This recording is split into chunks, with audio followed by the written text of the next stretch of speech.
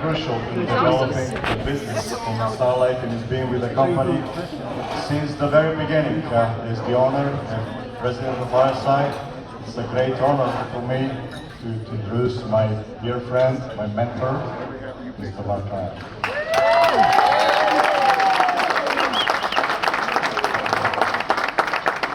So I'm going to stay down here so I can walk up to people.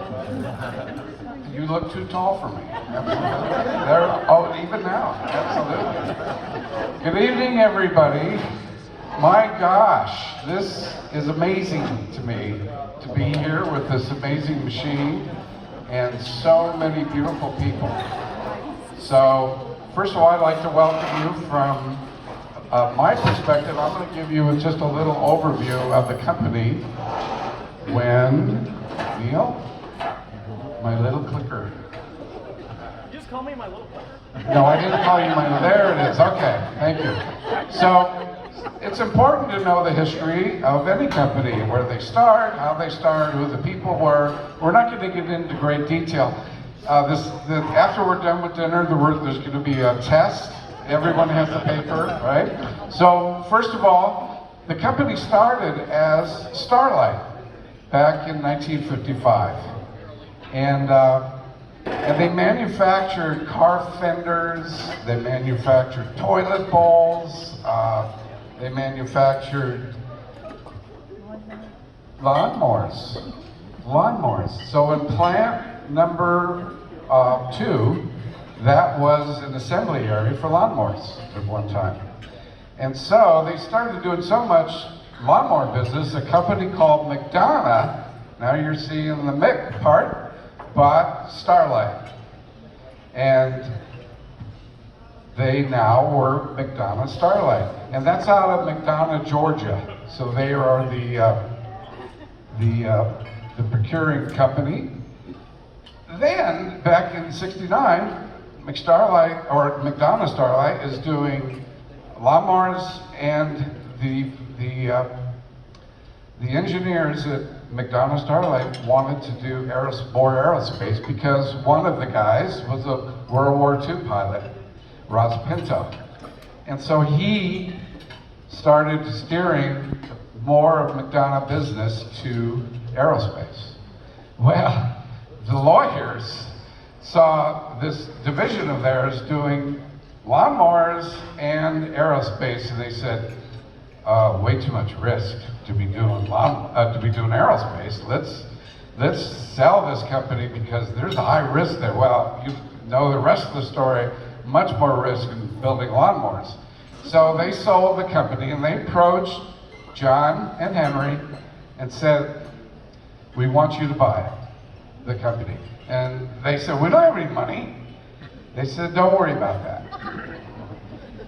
And he said, "But we've got all this business." And John even told me one time, he said, "I had to buy the company because I wouldn't have had a job." And so, but I like that spirit that he pushed forward, and he and Henry bought the company from McDonough Power Equipment Company. So now that's where it's 1973, and they purchased the company. They had no money, they mortgaged their homes, they borrowed from McDonnell Douglas. They were building the DC-10 inlet, and McDonnell Douglas helped fund their procurement of the company. So now, here we are. It's still obviously a family-owned business. We saw the family up here. Go to the next slide. Got it. So this is me. So I just got out of the Air Force. It's not funny. I killed you. So I got out of the Air Force, and I didn't. My father had a marketing business, and he said, "I want you to focus on this new company that we have." He said, "These guys are great, best attitude." And so I joined the team. And it was the best thing that ever happened to me in my life. Amazing people. I mean, John and Henry, these guys, let's go to the next slide. There they are. There's my father and John and Henry. And you know, these three guys, you talk about mentors. Everyone that met any one of them, they were just amazing people. They worked so hard. They taught me so much. They taught me how important work is and how important family is. And you know, they were definitely, all three of them, family people.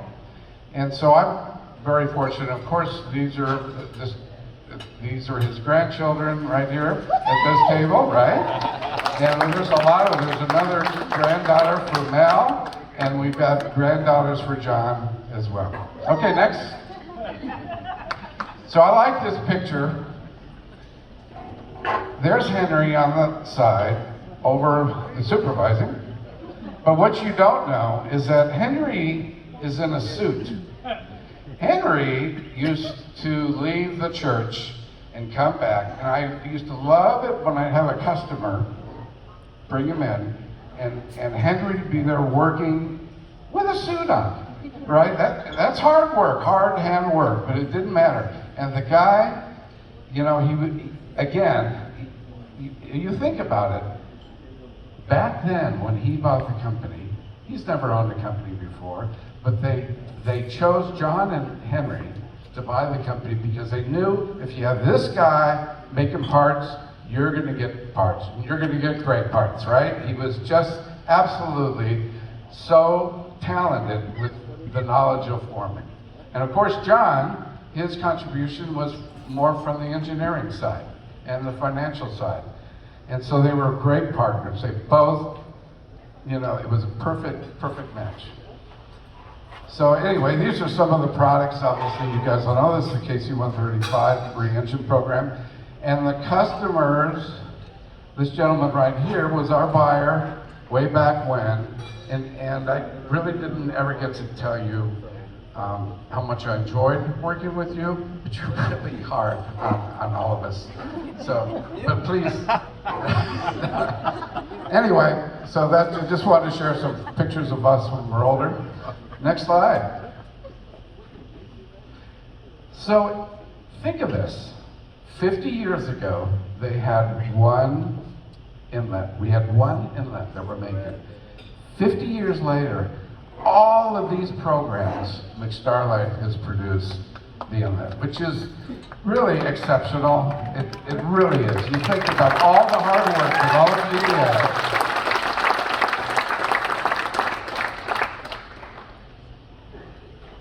So, now we have a surprise for you. We have a surprise for you. John didn't like to travel. So, but anyone that came to McStarlite to meet him just loved him. Such a great guy.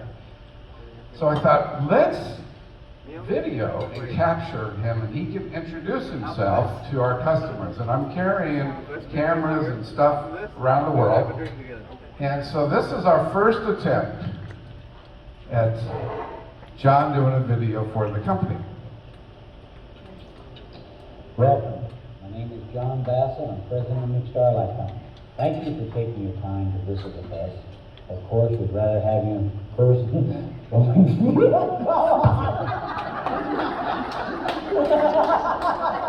It gets better.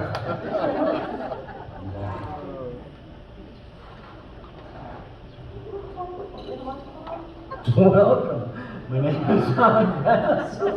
Come on, right here. Dude.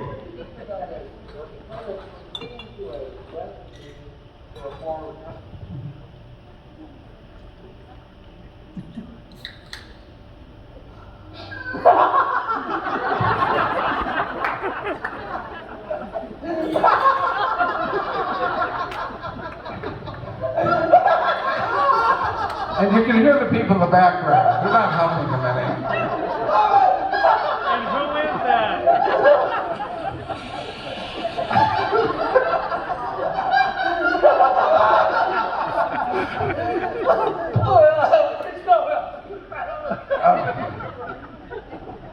Okay, we'll do another one. I'm sure he gets it here.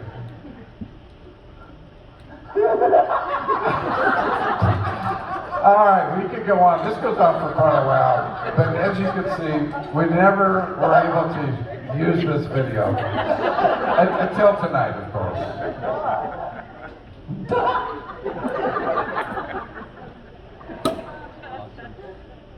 All right, okay, so that lifted everybody up, and I was telling Brian that we're going to show this, and he says, "Oh no, I've got to follow that."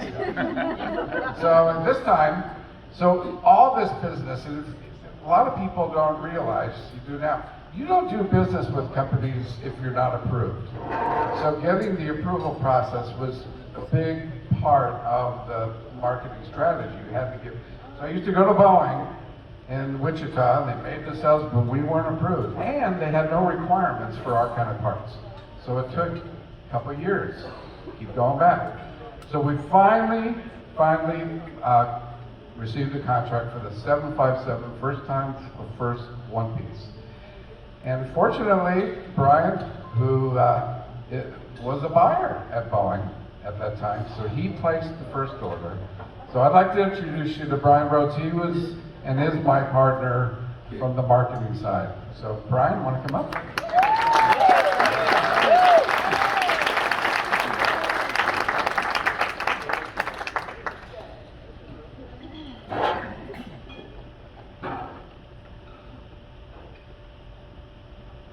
Good evening, everybody. Yes, I was really concerned about having to follow the laugh track. I was like, oh god, this is going to be great. But I'll try to not be the party pooper in this thing. Short and sweet. So the video of John laughing is not only contagious, but it's a wonderful view inside the heart and soul of this kind, generous man, who was not only a dear friend, but like Henry too, like a dear father figure to so many of us. Like Mark had said, and were really mentors to us, and we had the good fortune to know them. I had the privilege in the early years watching the leadership of both John and Henry. Small family-run businesses are just that. They're small, full of family members and good people who work hard to make the company successful. John and Henry knew the importance of their employees and learned how to balance the inspiration and kindness to each and every one of us. And that tradition continues today. That being said, I want to thank John Allen and Sharon for inviting us all here to celebrate the 50th anniversary of McStarlite. It's such a fantastic facility. I mean, this venue is great. I can't think of any bigger whoa factor than parking a space shuttle in the middle of the table here above us, and what a perfect place for the celebration. So my name is Brian, and yeah, along with being Mark's business partner, I have the privilege of representing McStarlite for 38 years now. It's been an extremely great honor, and to be here tonight, and as I know it is for all of us, to participate in this special celebration and to share more of the beautiful history of McStarlite, like Mark has pointed out, and the impact McStarlite has had upon all of us and the rest of the world. Mark gave you a great look at the beginning of McStarlite and the courage, and the sacrifice, and the resilience for the Basso and the Ta'ali families as they took over a small lawnmower manufacturing business and turned it into an aerospace company recognized throughout the world today. My story and journey began in the last century, in 1980. I was 25, living in Wichita, working for the Boeing Company. It's my first job after graduating college, and honestly, I knew nothing about manufacturing of aircraft parts. And Simon, before you say anything, beat me to the punch. I know you'd say that you agree with that today. It's okay, Billy Ray, I got it. So after a 2-year crash course in learning the ABCs of building airplanes, I was assigned a position procurement agent, where I had the great fortune of working on an exciting new commercial program. It was the 767. And thanks to the efforts of Mark and his dad Mel, and Boeing had been introduced to McStarlite as a company that could manufacture a one-piece in Macau. It's large enough to be used on the new 767. Concept was exciting. All previous inlets have been made in several pieces. And the idea that the inlet could be made in one piece was exciting for all the engineers because potential to save assembly time and most importantly, weight, the dreaded nemesis of every airplane engineer. So my first visit to the facility was memorable. Our meetings were successful, and with an approval of McStarlite, their first Boeing purchase order. Is there a picture you're going to show?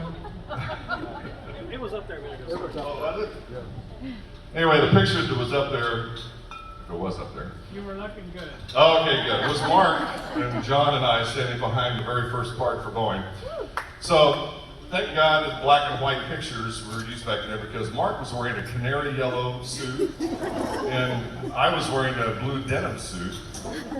But if you really saw it, how about those hairdos? Yeah, they're Sexy, very sexy, yeah. So in the late 90s, we were extremely fortunate to become an approved supplier and business partner also with Airbus. And have manufactured and shipped thousands of Airbus inlet cows, supporting almost every program flying today. And as Mark showed you, we make them for all the business jets, most of the business jets, most of the regional jets, a lot of the commercial jets. There we go. Yeah, I mean, seriously, thank God for black and white. So while working together back then, Mark and I became great friends, and I became his business partner in 1985, a relationship that we at RSI and McStarlite have had over the years has been more than just business partners. We have proudly witnessed and shared this amazing journey about the growth of a small job shop and the dreams of two courageous owners and their families to become one of the premier specialized inlet manufacturers in the world. So now, please let me introduce a brief pictorial history of McStarlite and the people and events that have led us to this wonderful celebration tonight.